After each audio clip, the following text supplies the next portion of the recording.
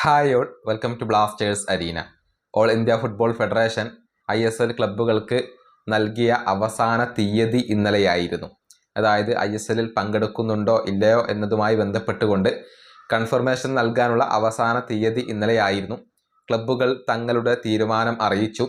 Jamshedpur FC മാത്രമാണ് ഇത്തവണത്തെ ISLൽ പങ്കെടുക്കുന്നത്.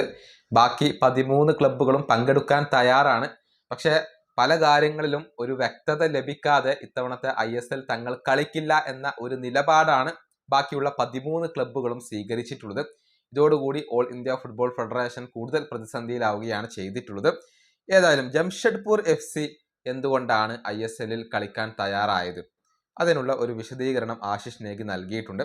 അതായത് എവിടെ വെച്ചുകൊണ്ട് കളിക്കുകയാണെങ്കിലും ഏത് ഫോർമാറ്റിലാണെങ്കിലും ജംഷഡ്പൂർ FC ഇത്തവണത്തെ ISLൽ പങ്കെടുക്കും. അതിൻ്റെ കാരണം മറ്റൊന്നുമല്ല, ടാറ്റ ട്രസ്റ്റ് തന്നെയാണ്.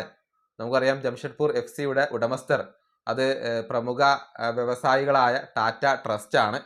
അവരുടെ ഒരു നിർദ്ദേശം എന്തെന്നാൽ ISLൽ പങ്കെടുക്കണം എന്നുള്ളത് തന്നെയാണ്. ഈ ISL ബഹിഷ്കരിച്ചു കഴിഞ്ഞാൽ ഫുട്ബോളിന് വേണ്ടി നൽകുന്ന എല്ലാ ഫണ്ടിങ്ങും അവർ അവസാനിപ്പിക്കും. അതായത് ISLൽ പങ്കെടുത്തിട്ടില്ലെങ്കിൽ ടാറ്റയിൽ നിന്നും പണം വരില്ല എന്നുള്ളതാണ്. അതുകൊണ്ടാണ് അവരിപ്പോൾ ഈ ISLൽ പങ്കെടുക്കാൻ തീരുമാനിച്ചിട്ടുള്ളത്. ഇത് ബഹിഷ്കരിച്ചു കഴിഞ്ഞാൽ അവർക്ക് മുന്നോട്ട് പോകാനുള്ള പണം ലഭിക്കില്ല, ഫണ്ട് ലഭിക്കില്ല. ടാറ്റ അത് നിർത്തലാക്കും എന്നാണ് ആശിഷ് നേഗി ഇപ്പോൾ കണ്ടെത്തിയിട്ടുള്ളത്. അതുകൊണ്ടാണ് ഏത് ഫോർമാറ്റിലാണെങ്കിലും എവിടെ വെച്ചുകൊണ്ട് കളിക്കുകയാണെങ്കിലും ഇത്തവണത്തെ ISLൽ പങ്കെടുക്കാൻ ഇപ്പോൾ ജംഷഡ്പൂർ FC തയ്യാറായിട്ടുള്ളത്. ഈ വീഡിയോ അവസാനിപ്പിക്കുന്നു. അടുത്തൊരു വീണ്ടും കാണാം.